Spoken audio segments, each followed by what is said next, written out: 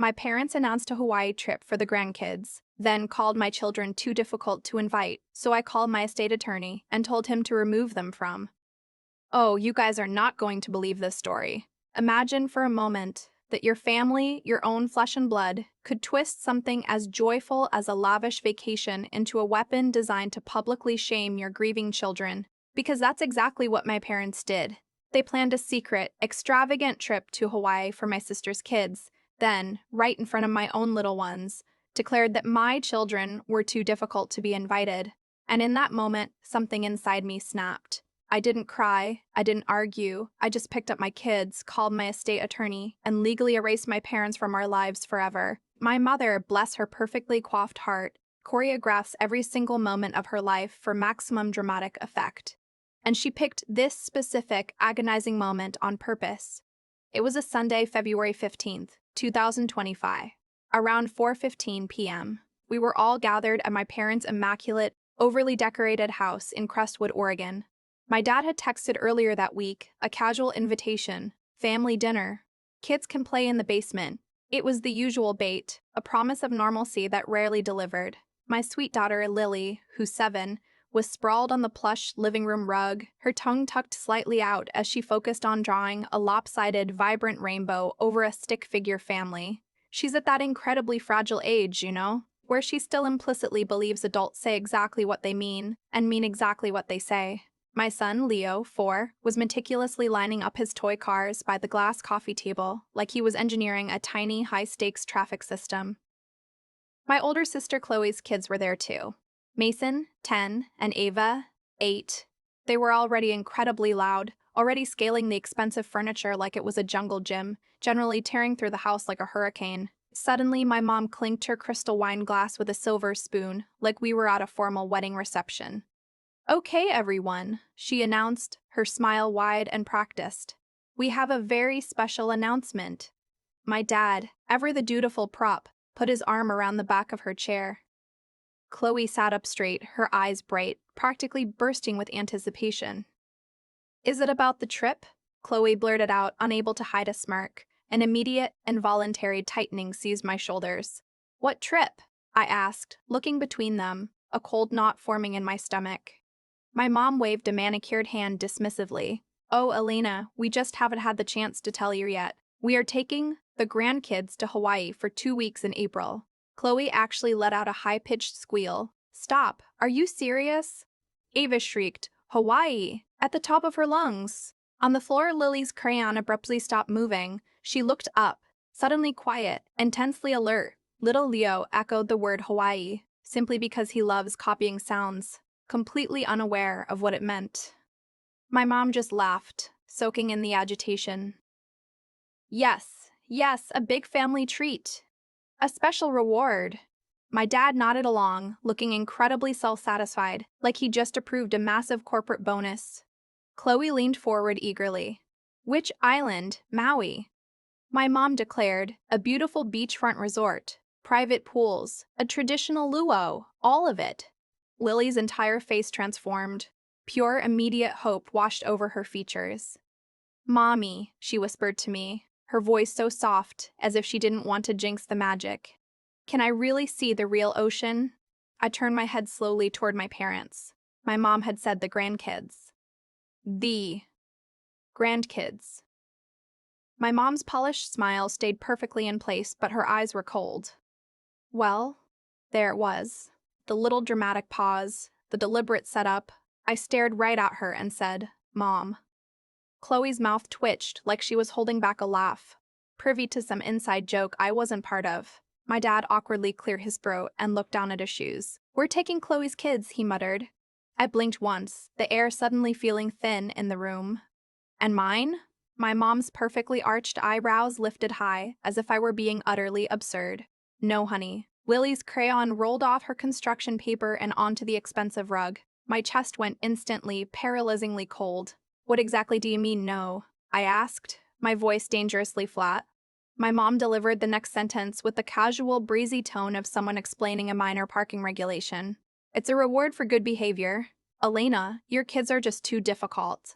My brain simply stopped processing the ambient sounds in the room. It was consumed by the sheer, sickening cruelty of the math.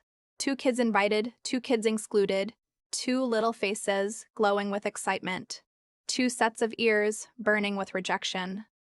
Lily's eyes were huge. She didn't cry. She didn't throw a tantrum. She just looked down at her hands and asked, in a voice so soft it shattered my heart into a million jagged pieces, "Am I bad, Mommy?" My mouth went dry so fast it felt like I'd swallowed a handful of sand. My fingertips went completely numb. My mom, utterly oblivious to the emotional devastation she'd just unleashed, kept right on talking. "Now, Elena, don't start making a scene. We are not punishing anyone. We are simply choosing peace for our vacation." Chloe's voice slid into the conversation, sickeningly sweet and sharp as a razor. "Come on, Elena. It's only fair. Mom and Dad work hard. They deserve a relaxing trip without having to manage meltdowns." Lily's lower lip began to tremble violently. Leo looked up at his sister, then at me, sensing the sudden shift in the room's atmosphere, even if he didn't understand the words. I didn't hesitate. I stood up. I didn't move frantically. I just rose with absolute purpose, walked over to Lily, and lifted her into my arms. She felt so light, yet she was shaking terribly. I pressed my cheek firmly against her hair. "No, baby," I said, keeping my voice low, steady, and fiercely protective. "You are not bad. Not ever." She clung to my neck, her little fingers digging into my sweater. "Then why?" She choked out. I cut the question off gently but firmly. "Because Grandma and Grandpa are very confused about what love looks like." My mom's face flushed with sudden anger. She snapped, "Elena!" I looked at her, my expression completely blank, my voice eerily calm and steady. "Grandma and Grandpa are about to learn a very hard lesson." I didn't scream. I didn't hurl insults. I didn't shed a single tear in front of my children. I simply picked up our winter coats, grabbed my purse, and walked out the front door. Standing in their driveway in the freezing February air, with Lily still balanced heavily on my hip and Leo's small warm hand gripped tightly in mine, I pulled out my phone and made exactly one phone call. I called my estate attorney. When she answered, I didn't bother with pleasantries. "Hi, Marcus, it's Elena Davis," I said, staring at the closed front door at my parents' house. "I need to legally remove my parents from absolutely everything. Today." I heard my mom's heavy oak front door creak open behind me, as if she had finally realized, just a fraction of a second too late, that her cruel little theatrical performance was going to have actual devastating consequences. You see, I'm 34 years old. I work as a pediatric physical therapist at a local children's hospital. I live in a modest, cramped 2-bedroom apartment in Portland that perpetually smells like cinnamon oatmeal, laundry detergent, and crayons. My husband, Mark, died a little over 3 years ago. October 2021, on Interstate 84, a drunk driver crossed the center line doing 80 miles per hour.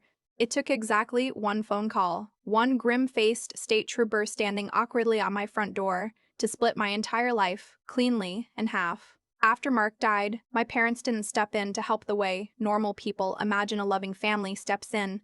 They stepped in the way they always do, with absolute suffocating control disguised as charity. When I was pregnant with Lily, my mom threw me a lavish, incredibly expensive baby shower. It looked beautiful on the outside, but she insisted on writing all the thank you cards herself because she claimed my handwriting looked too messy and unprofessional. She framed it as her doing me a favor, but it was just practice for the control she craved. When Mark died, my parents started saying things like, "You need structure now, Elena. You need our support. We are only thinking of the children." It sounded loving, supportive, even until you realize the hidden, unspoken second half of that sentence was always, "And we alone decide what that support looks like." I swallowed a lot of my pride back then because I was bone-tired. I let them overstep because grief makes you terrifyingly negotiable. Because I genuinely needed emergency childcare sometimes when my hospital shift suddenly changed. I foolishly thought their overbearing nature was a temporary reaction to the tragedy. It wasn't. Let me give you some context. Asterisk Incident 1, December 2023. Ask. Lily was 6 and in the middle of a massive sensory meltdown in the middle of a crowded grocery store. The fluorescent lights were buzzing too brightly, and a nearby shopping cart kept emitting a high-pitched squeak. I crouched down with her by the cereal aisle, doing the slow, deep breathing exercises that I literally teach to parents of my patients for a living. My mom, who had insisted on coming along, stood rigidly over us, her face pinched in embarrassment. She hissed down at me, If you just disciplined her properly, she wouldn't embarrass us like this." Lily heard every word. She immediately got quieter, like a bright light suddenly dimming, and whispered, "I'm sorry, Grandma." I drove home that day with my hands locked on the steering wheel, realizing with horror that my vulnerable kid was learning that seeking comfort cost her an apology. Incident 2. August 2024. My dad offered to help out by paying for Leo's preschool deposit, which was $300. I thanked him sincerely. 2 weeks later, he texted me out of nowhere. "Since we are paying for his education, we'd like to be officially added to the daily pickup list." I replied politely, "No, Dad, that's not necessary. I have my schedule worked out." He immediately shot back, "We are his grandparents, Elena. Don't make this a thing." It became a thing anyway. Not because I wanted drama, but because they used their money like a choke collar. Incident 3, November 2024. Chloe hosted her son Mason's 10th birthday party at a massive chaotic indoor trampoline park. My kids were reluctantly invited. The noise, the flashing neon lights, and the sheer volume of screaming children overwhelmed Lily, and she quietly asked to sit with me in a designated quiet corner. Meanwhile, Leo started crying because he wanted a blue plastic cup instead of a red one. My mom leaned down to me, using her most condescending, reasonable voice, and said, "See, Elena, this is exactly why your kids don't get invited to places." I stared at her dumbfounded. "They are children, Mom. They are grieving a father they barely had time to know." She just smiled at me like I was hopelessly naive. "Some children are simply easier, dear. Easier. That is the official family language. Easier. Smooth. Don't ever make a scene. Be flexible. Bend until you break." Chloe is the golden child. She always has been. She's 32, married to a guy who genuinely thinks owning a massive Traeger grill is a substitute for a personality, and she lives exactly 5 minutes away from my parents. She drops her kids off at their house constantly, treating my parents like a free, on-demand concierge service. My kids are mine. They are highly sensitive. They are occasionally loud. Sometimes they are perfectly, wonderfully normal. And they are grieving. Whether my parents want to admit it or not, Lily still sometimes picks up a silly dinosaur toy at the store and whispers, "Daddy would think this is funny." Leo barely remembers Mark at all, but he knows exactly what a missing person feels like. He feels the empty space in his tiny body. My parents absolutely despise anything they cannot perfectly manage with a polite smile and a checkbook. So, when my mom announced that the Hawaii trip was a reward for good behavior, it wasn't a new dynamic. It was just the very first time she had the sheer audacity to say the quiet part out loud, directly in front of Lily. That night after we got back to our apartment, and I tucked Lily into her bed, she looked up at me in the dim light of her star projector and asked, "Mommy, do I have to be quieter from now on?" I sat on the edge of her mattress, gently tucking her stuffed bunny under her arm. "No, sweetie, you just have to be you." She swallowed hard, her little throat bobbing. "Grandma likes Ava much more than me." I felt something incredibly sharp and painful twist deep in my chest. I looked right into her eyes and said, "Grandma does not get to decide how much you are worth." She nodded slowly, like she intellectually understood the words, but her sad eyes told me she didn't quite believe me yet. When both kids were finally asleep, I went into the kitchen, opened my laptop, and pulled up my digital adult life folder.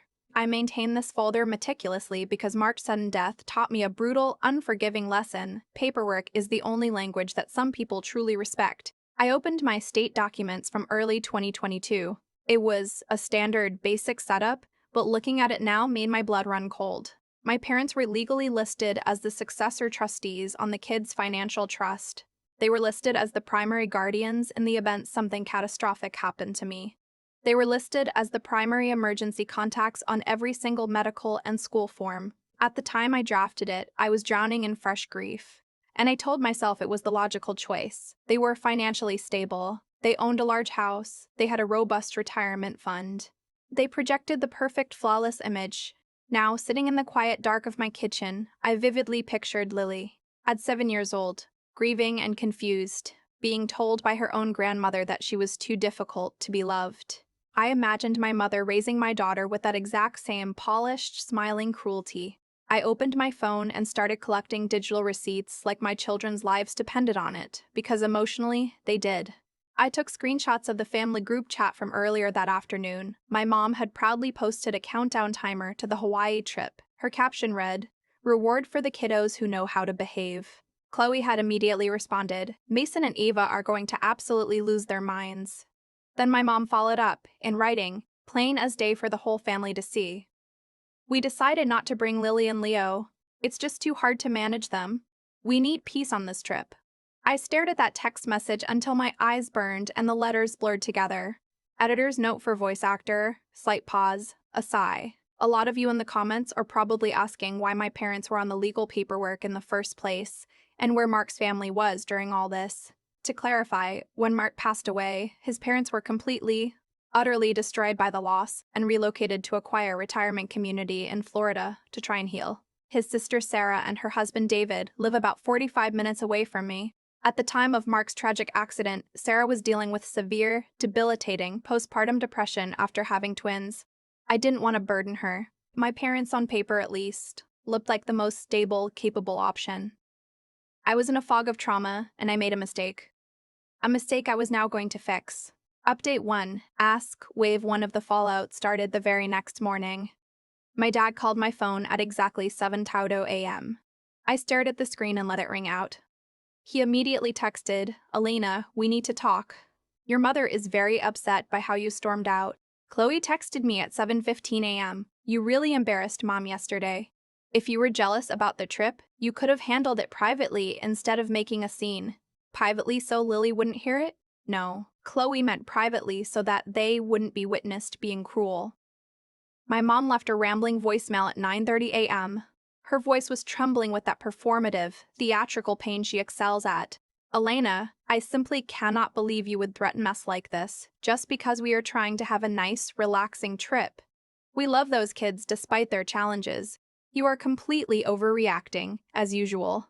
I listened to the voicemail exactly once. Then I saved the audio file. Then I emailed it to myself and backed it up to a cloud drive. Asterisk, Wave 2. It came fast and hard. Tuesday, February 17th, my mom actually showed up at Lily's elementary school for afternoon pickup. I only found out because the school's front office secretary called my cell phone at 20:58 p.m. "Hi, Mrs. Davis," the secretary said, her voice laced with confusion. "Your mother is currently here in the lobby. She says she is on the authorized pickup list for Lily." My stomach completely dropped out from under me. "She is not," I said, my voice dropping an octave. The secretary hesitated, clearly uncomfortable. Well, she says she has picked Lily up before." "She has not," I replied, and my voice went very, very calm. It's the terrifying kind of calm that takes over when a situation officially upgrades to a severe emergency. "Do not, under any circumstances, release my child to that woman. I am leaving the clinic right now. I will be there in 10 minutes. When I burst through the front doors of the school, my mom was standing right by the main office, like she owned the building. She was wearing her signature pearl necklace, a tailored beige wool coat, and her perfectly set, unbothered smile. "Oh, good," she said, spotting me. "There you are." I walked straight up to her, invading her personal space. "Why are you here?" She blinked rapidly, acting profoundly offended. "To pick up my granddaughter, obviously. After your little tantrum on Sunday, I thought you might be highly emotional. I thought you might need a break. Now tell this ridiculous secretary to show me the authorization form so we can leave."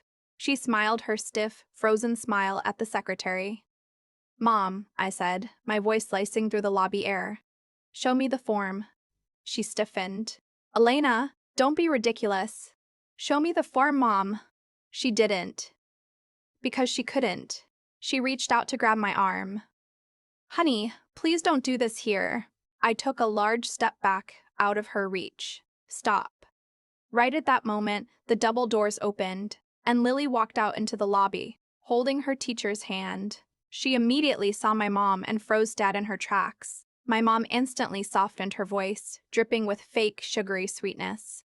"Hi, sweetheart. Do you want to go get a special ice cream treat with Grandma?" Lily's tiny fingers tightened fiercely around the straps of her pink backpack. She looked up at me, her eyes wide, as if she were silently asking for permission to even exist in the same room. I crouched down to her eye level. "You are coming home with me, Bug," I said gently. My mom's facade cracked, just a tiny flash of venom slipping through. She muttered under her breath, but loud enough for us to hear. See, always so difficult. Lily heard it. I physically saw the insult land on her little shoulders. And that was the exact moment something deep inside my soul shifted from fiery anger to absolute crystal clarity. That was the moment I stopped arguing with my mother and started documenting her destruction. That night, I sat on my laptop and typed out a formal, legally binding email to the school's administration. Effective immediately, my parents, names provided, are explicitly not authorized for pickup under any circumstances. The only authorized individuals are myself and my sister-in-law, Sarah Miller. A verbal password is now required for any changes to this list. I attached a clear PDF scan of my driver's license, CC'd the school principal and the district superintendent, and formally requested written confirmation of receipt. Then I called Marcus back. He answered on the second ring. I can get you in tomorrow morning at 10 a.m.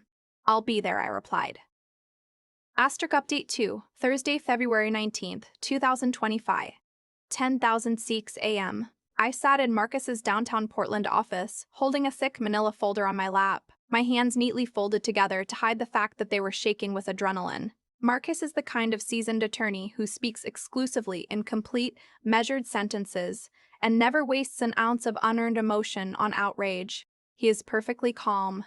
That is exactly why I hired him. He peered at me over the rims of his reading glasses. Tell me exactly what has transpired since we last spoke. So, I laid it all out. I told him about the Hawaii announcement, the reward for good behavior comment, Lily, looking at me with tears in her eyes, asking, "Am I bad?"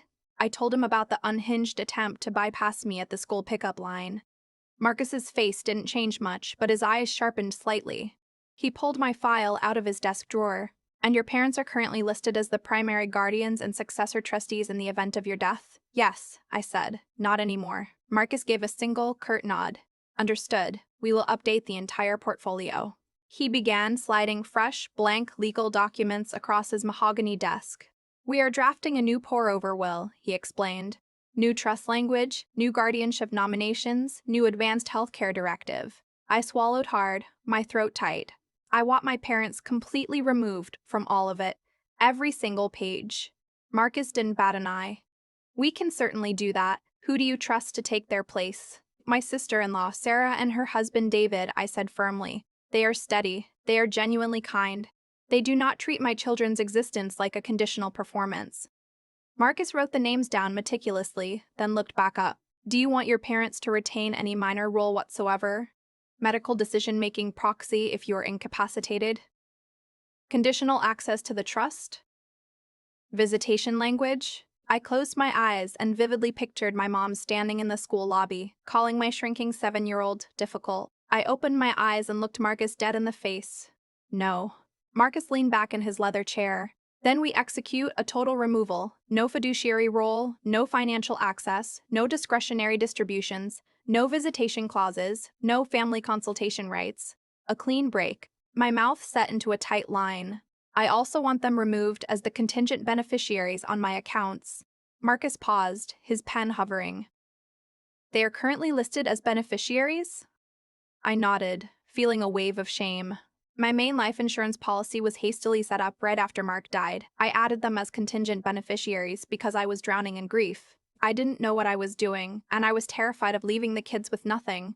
We will change the beneficiary designations immediately, Marcus said smoothly. That requires separate paperwork directly with the insurance provider, but we will initiate it right now. My hand suddenly went freezing cold again. It wasn't fear this time. It was a massive, overwhelming wave of relief, violently mixed with grief. It was the bizarre, weightless feeling of finally cutting a toxic umbilical cord you spent your whole life thinking you needed to survive. Marcus tapped the thick stack of papers. You understand exactly what this means, Elena. This is a severe legal escalation. I do, I said quietly. It will likely cause extreme reactions from them, he warned carefully.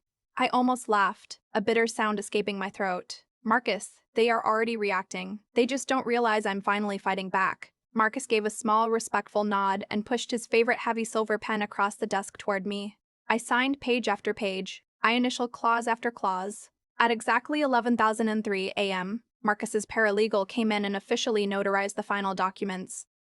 Marcus handed me a heavy copy packet in a sealed envelope. Now, he asked, Do you want me to send a formal legal letter to them? Yes, I said immediately. What do you want it to say? I didn't give a dramatic speech. I didn't workshop a long emotional paragraph about my childhood trauma. I gave him one single, devastating directive. Tell them they are legally no longer authorized for anything involving my children. Tell them that any future attempt to pick them up from school, access their medical records, or bypass my authority will be treated as hostile interference and trespassing. Marcus's eyebrows lifted slightly in approval. Consider it done.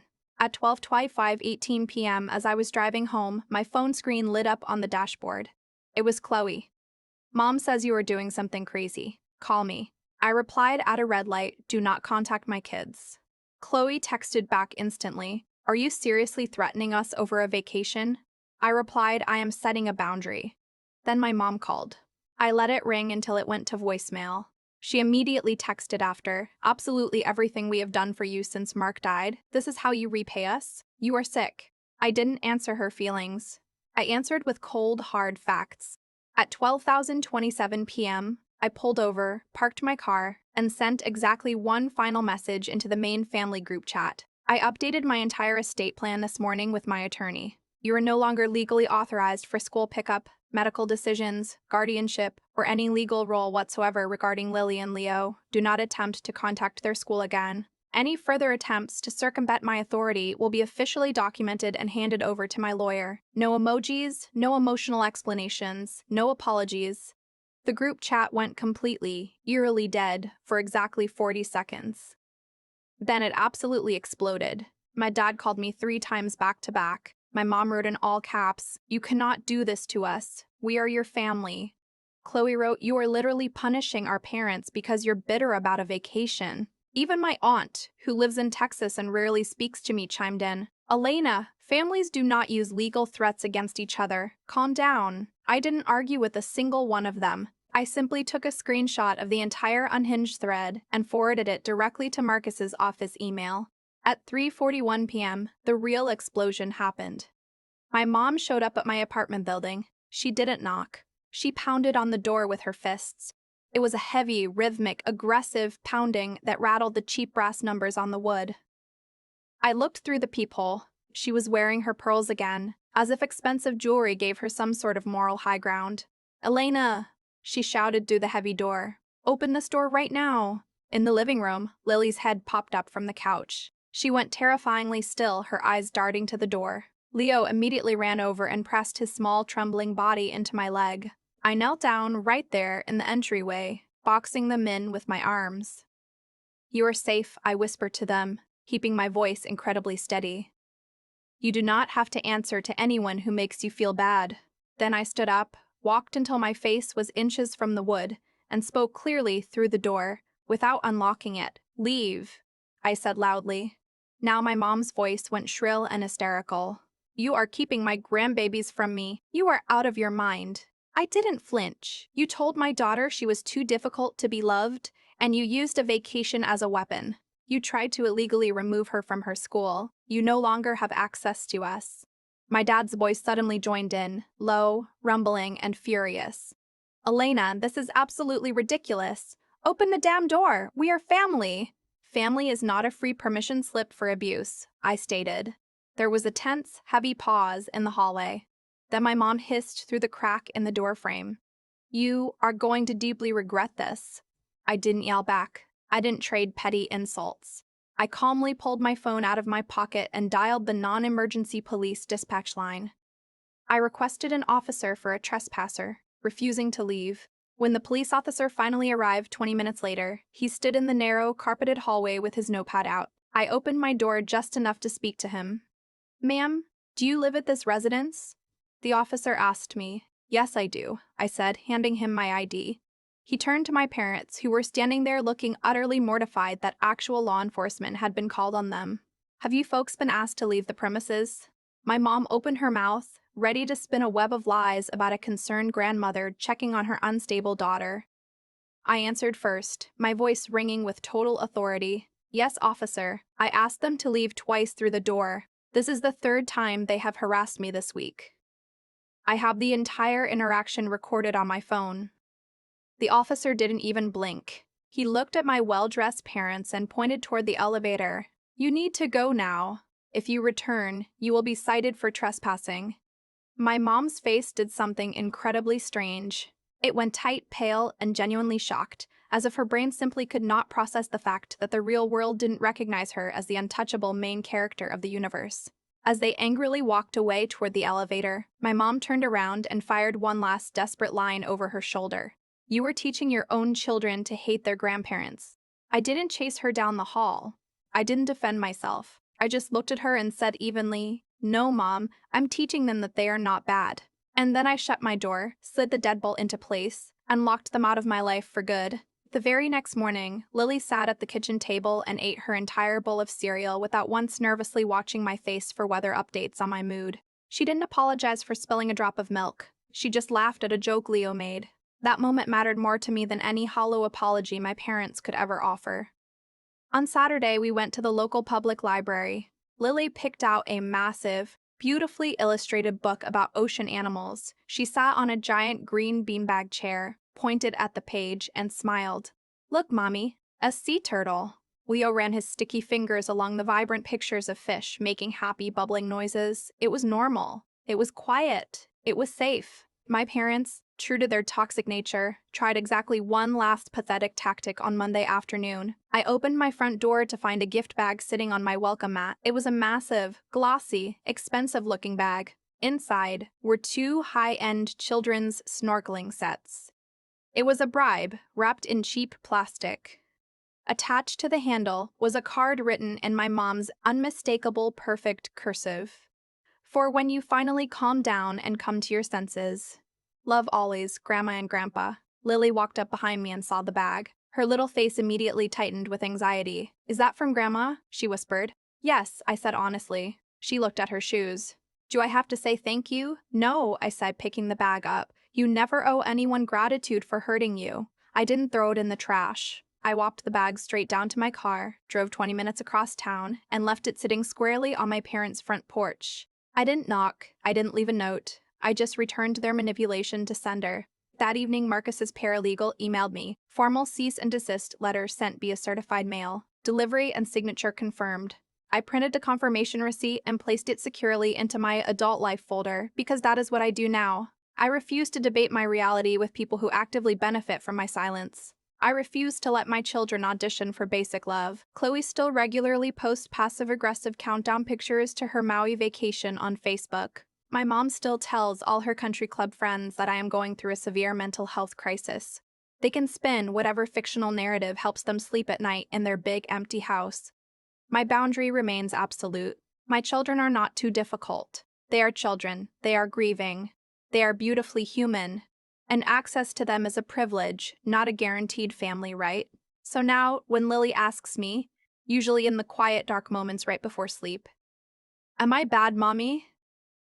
I look her straight in the eye and say, "No, baby, not ever." Then I add the crucial part that my parents never ever learned. Real love doesn't require you to disappear to be accepted. And whenever my phone occasionally buzzes with a blocked voicemail notification or a flying monkey family member trying to drag me back into my old role as the compliant punching bag, I simply put the phone face down on the counter and keep making dinner for my kids. I am permanently unavailable for that. Seriously, has anyone else had to draw such a hard line with their family? I'd love to hear your stories in the comments. How do you protect your peace when your own blood turns toxic?